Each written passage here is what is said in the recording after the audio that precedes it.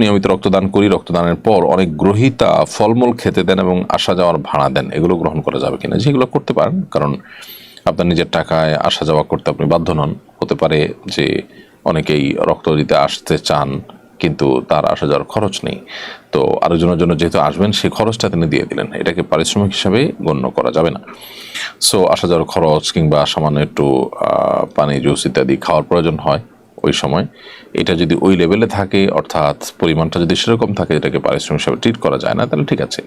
আর যদি পরিমাণটা অস্বাভাবিক হয় যেটাকে পারিশ্রমিক ধরা যায়, তাহলে সেক্ষেত্রে সেটা গ্রহণ করা বা সেটা লেনদেন করা যাবে না, কারণ মানুষের শরীরের কোনো অংশ বিক্রি করার অনুমোদন ইসলাম আমাদেরকে দেয়নি। আল্লাহ সুবহানাহু ওয়া তাআলা বলেছেন, ওয়ালাকাদ কাররামনা বানি আদম, আমি আদম সন্তানকে সম্মানিত করেছি, মর্যাদা দান করেছি। সো আদম সন্তানের কোনো কিছু ক্রয় বিক্রয়, কোনো কিছুর বিনিময়ে আদান প্রদান করা, এটা মানব দেহের জন্য, মানব জীবনের জন্য, মানব জাতির জন্য অপমানের। সেজন্য এই জায়গা থেকে একজন মুসলমান সতর্ক থাকবেন এই সূত্রতে। রক্ত দেওয়া নেওয়া জায়েজ আছে, কিন্তু টাকার বিনিময়ে দেওয়া নেওয়া জায়েজ নয়। এরপরে প্রশ্ন হলো, ইসকন ইস্যুতে কথা বলা কুষ্টিয়ার একজন ইমামকে অব্যাহতি দেওয়া হয়েছে, যদিও আপনার মুখের পর ইমামকে পুনর্বহাল করা হবে, সেটা সম্পর্কে আপনার মন্তব্য কামনা করছি। খুবই দুর্ভাগ্যজনক। একটি প্রতিষ্ঠান, একটি সংগঠন, তারা তাদের উগ্রতার পরিচয় ইতিমধ্যে বারবার দিয়েছে, বিভিন্ন সময় অস্ত্রসহ ধরপাকড় হয়েছে এবং তাদের যে উগ্র আচরণ সেটা দিন দুপুরে মানুষ হত্যা করেও সেটা তারা প্রমাণ দিয়েছে, জানান দিয়েছে। এরপর একটা সভ্য সমাজে এইরকম কোনো প্রতিষ্ঠানের কোনো কর্মকাণ্ড চলতে আসলে পারে না। তাদের ব্যাপারে করণীয় ঠিক করা, পদক্ষেপ গ্রহণ করা, এগুলো আমাদের আশু কর্তব্যের মধ্য থেকে একটি বলে আমরা মনে করি। সো সরকারের উচিত তাদেরকে নিষিদ্ধ করা এবং নিষিদ্ধ করার আওতায় নিয়ে আসা। তাদেরকে যদি নিষিদ্ধ করা না হয়, তাহলে সকল সন্ত্রাসের সংগঠনই কাজ করবার অধিকার রাখে। ব্যাপারটা এরকম। তাদের উপর বিস্তারিত প্রতিবেদন, তদন্ত ইত্যাদি করে প্রয়োজনে তাদেরকে নিষিদ্ধ করা এবং আরও যে সমস্ত পদক্ষেপ নেওয়া যেতে পারে সেগুলো নেওয়াটা খুবই গুরুত্বপূর্ণ আমরা মনে করি। এদেশে সাম্প্রদায়িক সম্প্রীতি নষ্টের ক্ষেত্রে তারা অনেক বেশি ভূমিকা পালন করছে। সাধারণ হিন্দু ভাইয়েরা তারা মুসলমানদের সাথে এখানে মিলেমিশে একাকার হয়ে আছে, একসাথে বসবাস করছে। তারা এখানে, অর্থাৎ ইসকন এসে এখানে ঘোলা পানিতে মাছ শিকার করার চেষ্টা করছে এবং এদেশের সাম্প্রদায়িক সম্প্রীতি নষ্টের জন্য নানা রকমের উস্কানি তারা অনবরত দিয়ে যাচ্ছে। এমডি ইব্রাহিম হোসেন আপনি লিখেছেন, আমি একজন চট্টগ্রাম বিশ্ববিদ্যালয়ের ছাত্র।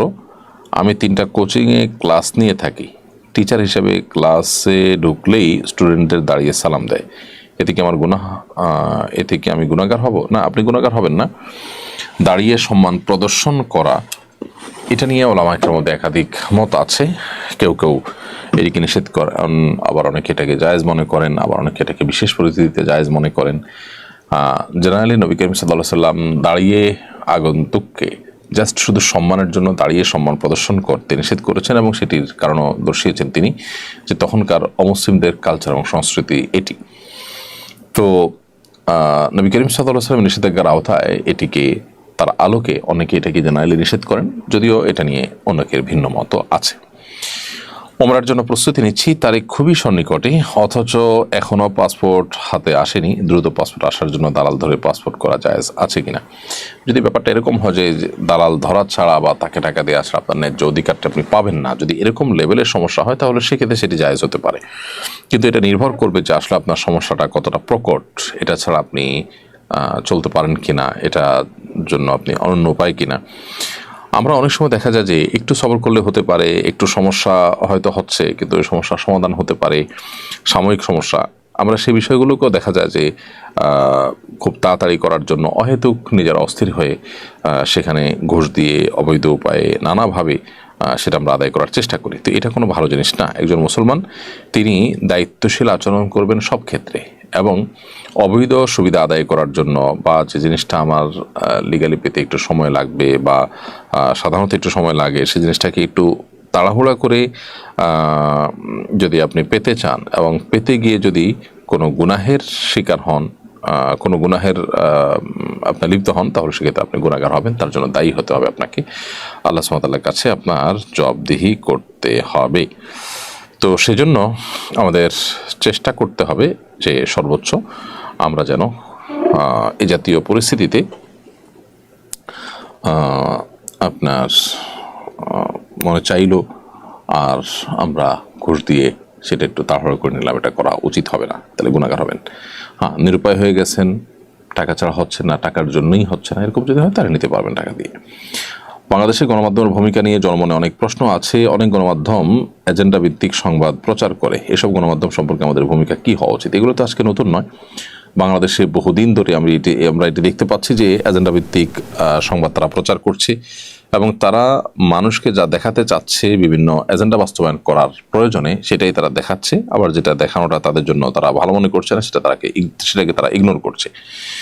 তো এই যে ব্যাপারটা, এই ব্যাপারটার কারণে এই গণমাধ্যমগুলো আসলে গণমাধ্যম না হয়ে প্রচার যন্ত্রে পরিণত হয়েছে এবং এই প্রচার যন্ত্রগুলো অনেক ক্ষেত্রে সর্বসাধারণের যে স্বার্থ আছে সেটিকে রক্ষা না করে তারা গোষ্ঠী বিশেষের স্বার্থকে রক্ষা করছে বা তাদের এজেন্ডা তারা বাস্তবায়ন করছে।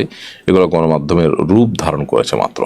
এগুলোর ব্যাপারে সাধারণ মানুষ হিসেবে আমাদের রোল হওয়া উচিত এদেরকে বর্জন করা, এদেরকে চিহ্নিত করা, এদের রূপটাকে মানুষের কাছে জানানো।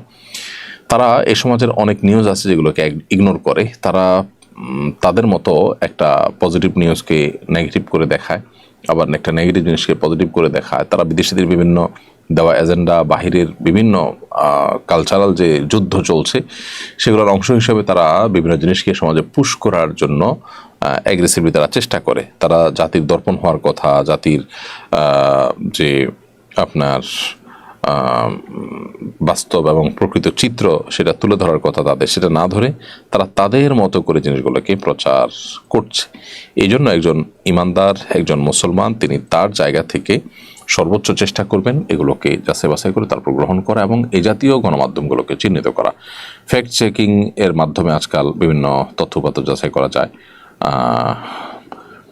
সে সমস্ত ফ্যাক্ট চেকারদের সহযোগিতা নেওয়া যেতে পারে। তাদের এই সমস্ত গণমাধ্যমের কোনো তথ্য বিশ্বাস না করে সেগুলো থেকে আমরা তথ্যপত্র নিয়ে তারপরে তার মাধ্যমে কোনো জিনিসকে আমরা বিশ্বাস করতে পারি। তাহলে সেক্ষেত্রে আমরা বিপদগ্রস্ত হওয়া থেকে বা তাদের মিথ্যাচার দ্বারা ক্ষতিগ্রস্ত হওয়া থেকে আমরা রক্ষা পেতে পারি ইনশাআল্লাহ তাআলা।